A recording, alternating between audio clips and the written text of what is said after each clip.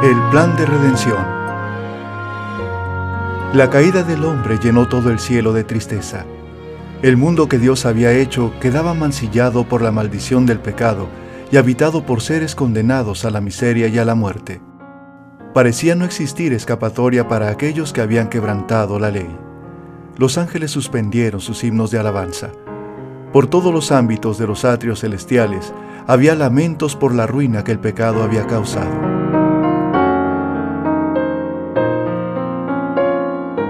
El Hijo de Dios, el glorioso soberano del cielo, se conmovió de compasión por la raza caída. Una infinita misericordia conmovió su corazón al evocar las desgracias de un mundo perdido. Pero el amor divino había concebido un plan mediante el cual el hombre podría ser redimido. La quebrantada ley de Dios exigía la vida del pecador. En todo el universo solo existía uno que podía satisfacer sus exigencias en lugar del hombre. Puesto que la ley divina es tan sagrada como el mismo Dios, solo uno igual a Dios podría expiar su transgresión. Ninguno sino Cristo podía salvar al hombre de la maldición de la ley y colocarlo otra vez en armonía con el cielo. Cristo cargaría con la culpa y la vergüenza del pecado, que era algo tan abominable a los ojos de Dios que iba a separar al Padre y su Hijo. Cristo descendería a la profundidad de la desgracia para rescatar la raza caída.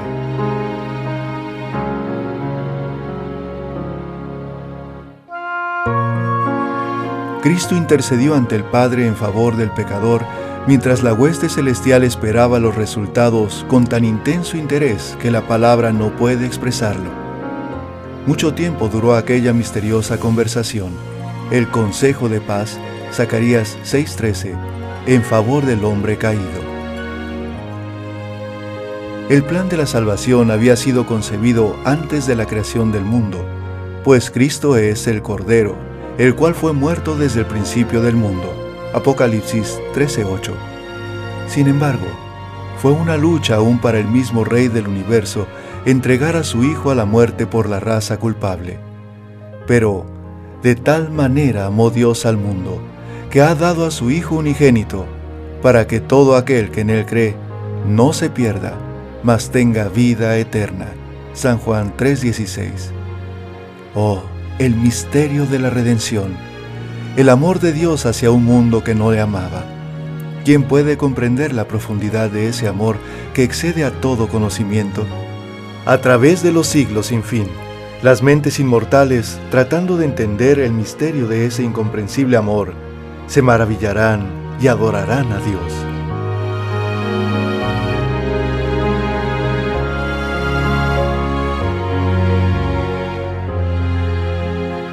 Dios se iba a manifestar en Cristo reconciliando el mundo así. 2 Corintios 5:19.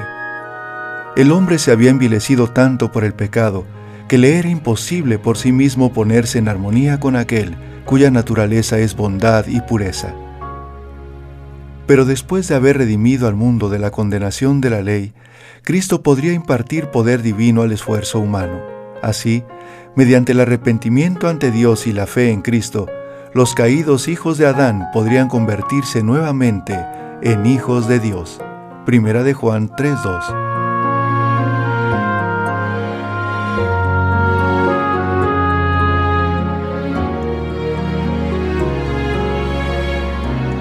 El único plan que podría asegurar la salvación del hombre afectaba a todo el cielo en su infinito sacrificio.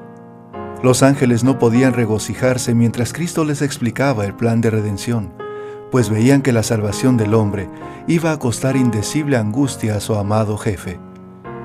Llenos de asombro y pesar, le escucharon cuando les dijo que debería bajar de la pureza, paz, gozo, gloria y vida inmortal del cielo a la desgracia de la tierra, para soportar dolor, vergüenza y muerte. Se interpondría entre el pecador y la pena del pecado, pero pocos le recibirían como el Hijo de Dios. Dejaría su elevada posición de soberano del cielo para presentarse en la tierra y, humillándose como hombre, conocería por su propia experiencia las tristezas y tentaciones que el hombre habría de sufrir. Todo esto era necesario para que pudiese socorrer a los que iban a ser tentados. Hebreos 2:18. Cuando hubiese terminado su misión como maestro, sería entregado en manos de los impíos y sometido a todo insulto y tormento que Satanás pudiera inspirarles. Sufriría la más cruel de las muertes, levantado en alto entre la tierra y el cielo como un pecador culpable. Pasaría largas horas de tan terrible agonía que los ángeles se habrían de velar el rostro para no ver semejante escena. Mientras la culpa de la transgresión y la carga de los pecados del mundo pesaran sobre él, tendría que sufrir angustia del alma y hasta su Padre ocultaría de él su rostro.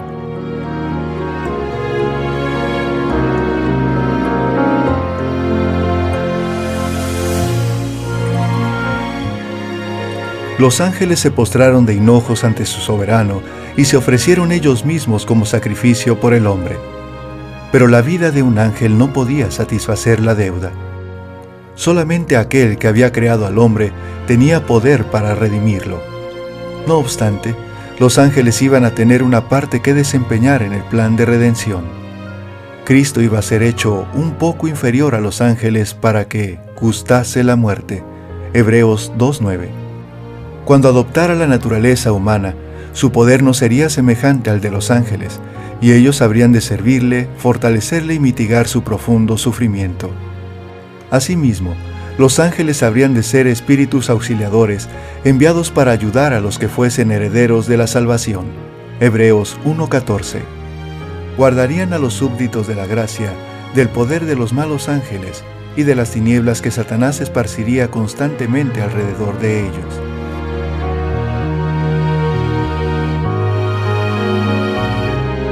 Cuando los ángeles presenciaran la agonía y humillación de su Señor, se llenarían de dolor e indignación, y desearían librarlo de sus verdugos, pero no debían interponerse para evitar lo que vieran.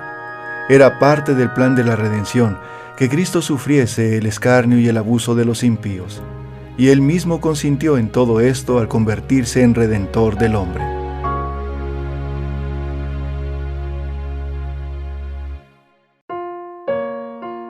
Cristo aseguró a los ángeles que mediante su muerte iba a rescatar a muchos, destruyendo al que tenía el imperio de la muerte. Iba a recuperar el reino que el hombre había perdido por su transgresión, y que los redimidos habrían de heredar juntamente con él para morar eternamente allí. El pecado y los pecadores iban a ser exterminados para nunca más perturbar la paz del cielo y de la tierra. Pidió a la hueste angélica que concordase con el plan que su Padre había aceptado y que se regocijasen en que mediante su muerte el hombre caído podría reconciliarse con Dios.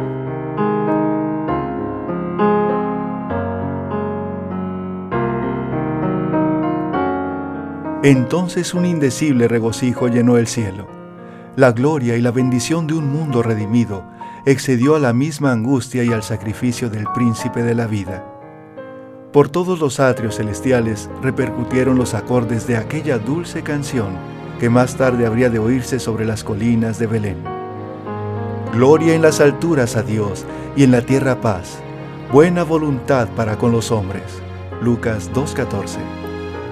Ahora con una felicidad más profunda que la producida por el deleite y entusiasmo de la nueva creación, las estrellas todas del alba alababan y se regocijaban todos los hijos de Dios. Job 38:7.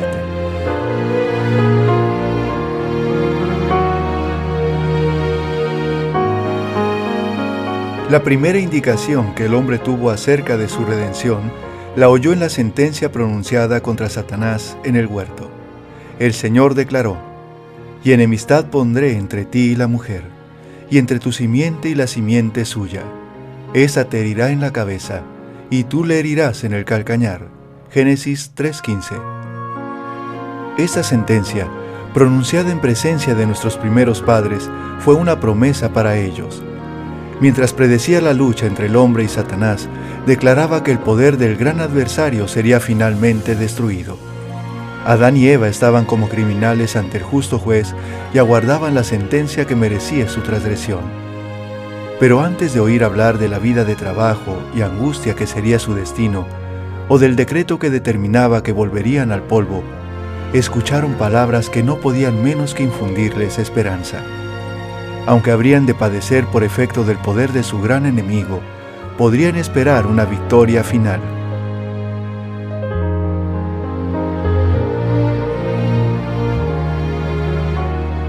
Cuando Satanás supo que existiría enemistad entre él y la mujer, y entre su simiente y la simiente de ella, se dio cuenta de que su obra de depravación de la naturaleza humana sería interrumpida, que de alguna manera el hombre sería capacitado para resistir su poder. Sin embargo, cuando el plan de redención se dio a conocer, Satanás se regocijó con sus ángeles al pensar que por haber causado la caída del hombre, podía ahora hacer descender al Hijo de Dios de su elevada posición. Satanás declaró que hasta la fecha sus planes habían tenido éxito en la tierra y que cuando Cristo tomase la naturaleza humana, él también podría ser vencido, y así se evitaría la redención de la raza caída.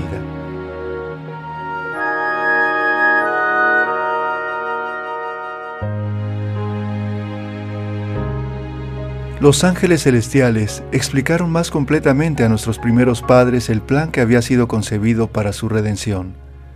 Se les aseguró a Adán y a su compañera que a pesar de su gran pecado, no se les abandonaría a merced de Satanás. El Hijo de Dios había ofrecido expiar con su propia vida la transgresión de ellos. Se les otorgaría un tiempo de gracia y, mediante el arrepentimiento y la fe en Cristo, podrían llegar a ser de nuevo hijos de Dios.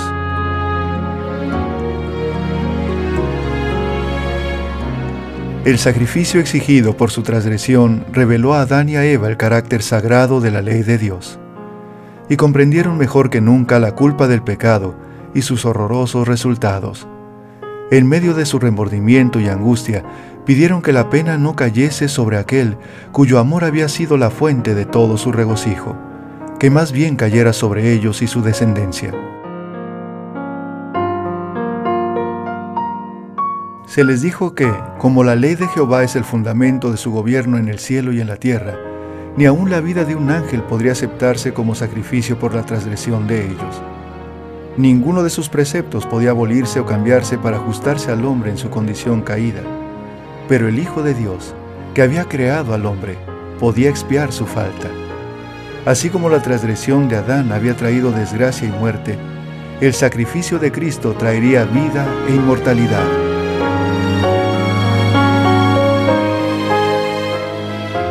No solo el hombre, sino también la tierra había caído por el pecado bajo el dominio del maligno, y había de ser restaurada mediante el plan de la redención. Al ser creado, Adán recibió el señorío de la tierra, pero al ceder a la tentación, cayó bajo el poder de Satanás, y el que es de alguno vencido, es sujeto a la servidumbre del que lo venció. Segunda de Pedro 2:19. Cuando el hombre cayó bajo el cautiverio de Satanás, el dominio que antes ejercía pasó a manos de su conquistador. De esa manera Satanás llegó a ser el Dios de este siglo, según a los Corintios 4:4. Él había usurpado el dominio que originalmente fue otorgado a Adán. Pero Cristo, mediante su sacrificio, al pagar la pena del pecado, no solo redimiría al hombre, sino que también recuperaría el dominio que éste había perdido. Todo lo que perdió el primer Adán será recuperado por el segundo.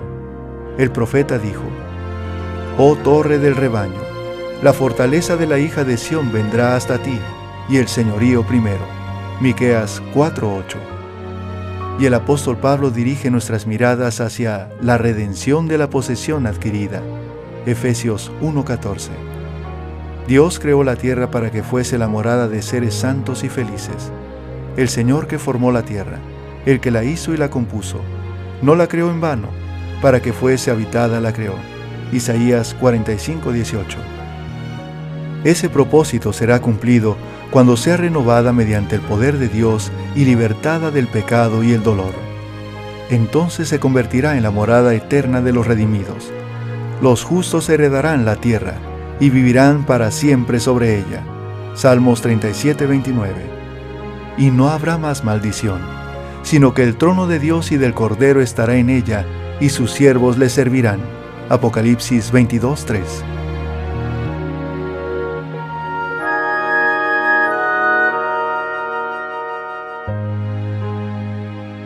Mientras fuera inocente, Adán había gozado de abierta comunión con su Hacedor. Pero el pecado produjo separación entre Dios y el hombre, y solo la expiación de Cristo podía salvar el abismo y hacer posible la transmisión de las bendiciones de la salvación entre el cielo y la tierra. El hombre tenía vedada la comunicación directa con su Creador, pero Dios se comunicaría con él por medio de Cristo y de los ángeles.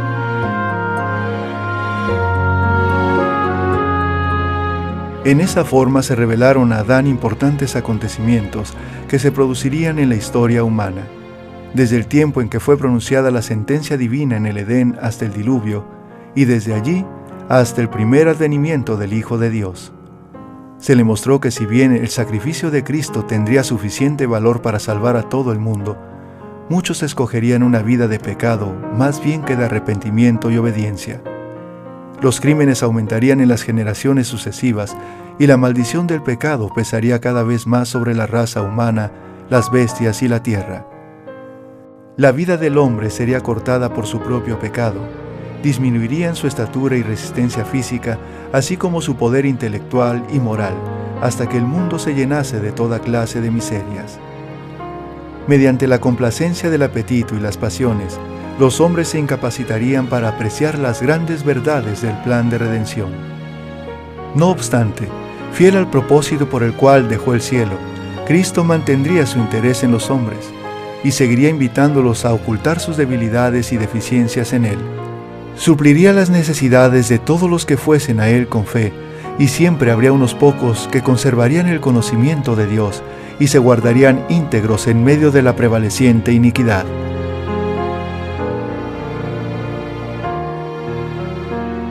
El sacrificio de animales fue ordenado por Dios para que fuese para el hombre un recuerdo perpetuo, un penitente reconocimiento de su pecado y una confesión de su fe en el Redentor prometido. Tenía por objeto manifestar a la raza caída la solemne verdad de que el pecado era lo que causaba la muerte. Para Adán, el ofrecimiento del primer sacrificio fue una ceremonia muy dolorosa. Tuvo que alzar la mano para quitar una vida que solo Dios podía dar. Por primera vez iba a presenciar la muerte y sabía que si hubiese sido obediente a Dios, no la habrían conocido el hombre ni las bestias. Mientras mataba a la inocente víctima, temblaba al pensar que su pecado haría derramar la sangre del Cordero Inmaculado de Dios. Esta escena le dio un sentido más profundo y vívido de la enormidad de su transgresión que nada sino la muerte del querido Hijo de Dios podía expiar. Y se admiró de la infinita bondad que daba semejante rescate para salvar a los culpables. Una estrella de esperanza iluminaba el tenebroso y horrible futuro y le libraba de una completa desesperación.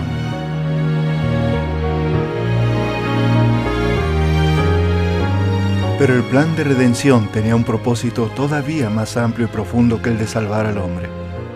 Cristo no vino a la tierra solamente por este motivo.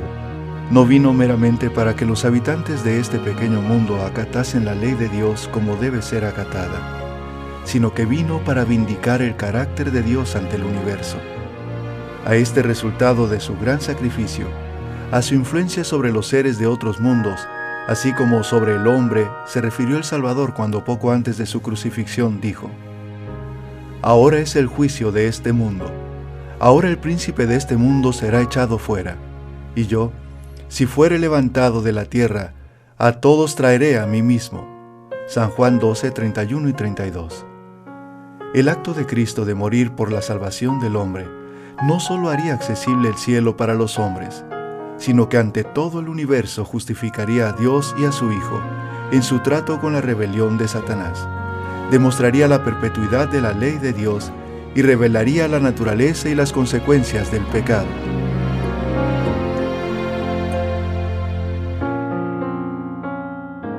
Desde el principio, el gran conflicto giró en derredor de la ley de Dios. Satanás había procurado probar que Dios era injusto, que su ley era defectuosa y que el bien del universo requería que fuese cambiada. Al atacar la ley, procuró derribar la autoridad de su autor. En el curso del conflicto habría de demostrarse si los estatutos divinos eran defectuosos y sujetos a cambio, o perfectos e inmutables.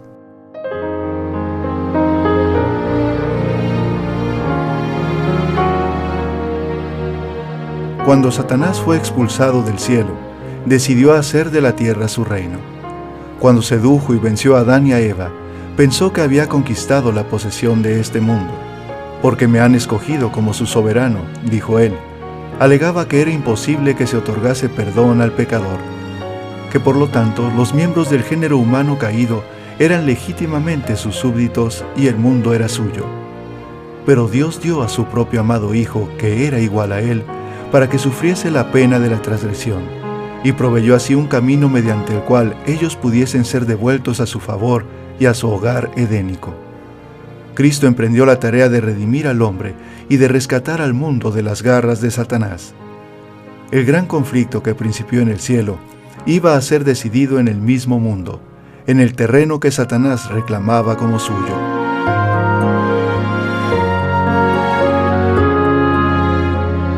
El universo entero se maravilló al ver que Cristo debía humillarse a sí mismo para salvar al hombre caído. El hecho de que aquel que había pasado de una estrella a otra, de un mundo a otro, dirigiéndolo todo, satisfaciendo mediante su providencia las necesidades de todo orden de seres de su enorme creación, consintiese en dejar su gloria para tomar sobre sí la naturaleza humana, era un misterio que todas las inmaculadas inteligencias de los otros mundos deseaban entender.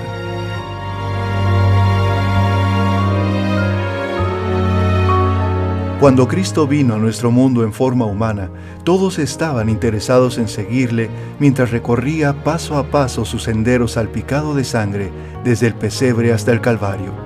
El cielo notó las afrentas y las burlas que él recibía y supo que todo era instigado por Satanás. Presenció la obra de dos fuerzas contrarias: Satanás arrojando constantemente tinieblas, angustia y sufrimiento sobre la raza humana, y Cristo oponiéndosele. Observó la batalla entre la luz y las tinieblas a medida que se reñía con más ardor. Cuando Cristo exclamó en la cruz de su expirante agonía, «Consumado es», un grito de triunfo resonó a través de todos los mundos y a través del mismo cielo.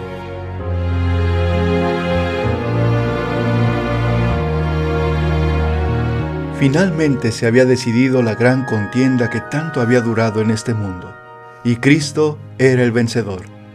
Su muerte había contestado la pregunta de si el Padre y el Hijo tenían suficiente amor hacia el hombre para obrar con tal abnegación y espíritu de sacrificio. Satanás había revelado su verdadero carácter de mentiroso y asesino. Se vio que si se le hubiera permitido dominar a los habitantes del cielo, hubiera manifestado el mismo espíritu con el cual había gobernado a los hijos de los hombres que estuvieron bajo su potestad. Como con una sola voz, el universo leal se unió para ensalzar la administración divina.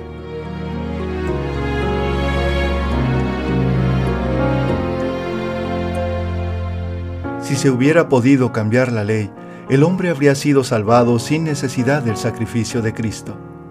Pero el hecho de que fuese necesario que Cristo diera su vida por la raza caída, prueba que la ley de Dios no exonerará al pecador de sus demandas. Está demostrado que la paga del pecado es la muerte. Cuando murió Cristo, quedó asegurada la destrucción de Satanás. Pero si la ley hubiera sido abolida en la cruz, como muchos aseveran, entonces el amado Hijo de Dios hubiera sufrido la agonía y la muerte solo para dar a Satanás lo que pedía. Entonces el príncipe del mal habría triunfado y sus acusaciones contra el gobierno divino hubieran quedado probadas.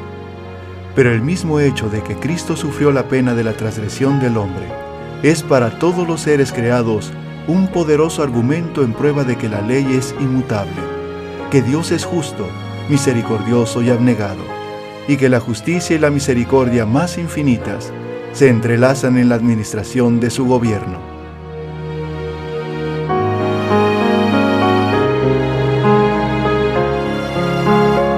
Venid a mí los que estáis trabajados y cargados, que yo os haré descansar. San Mateo 11:28. Muchos que oyen esta invitación, mientras anhelan reposo, prosiguen transitando por los ásperos senderos, manteniendo sus cargas estrechamente apegadas al corazón. Jesús los ama y anhela llevar sus cargas y a ellos mismos también en sus fuertes brazos.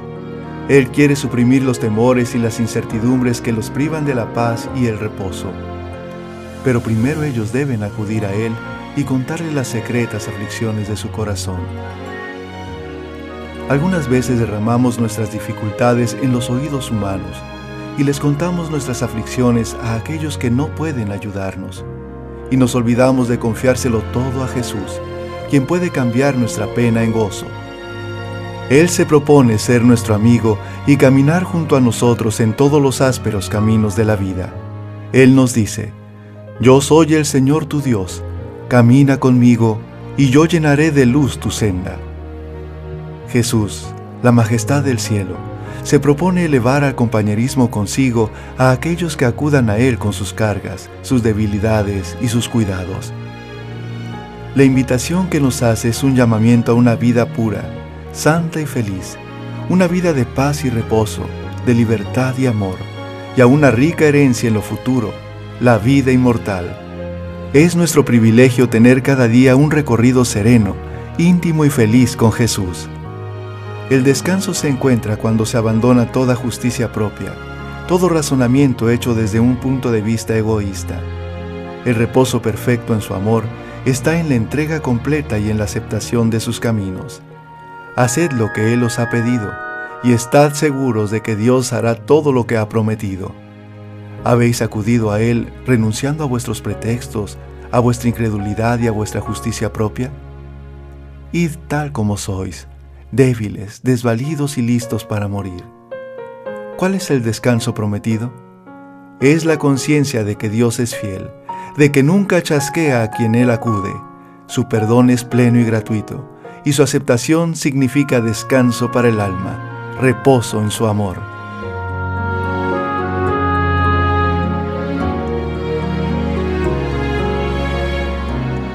Si desea recibir más información sobre el plan de salvación y lo que la Biblia enseña, diríjase a la Iglesia Adventista del Séptimo Día más cercana a su domicilio. Con gusto la atenderemos.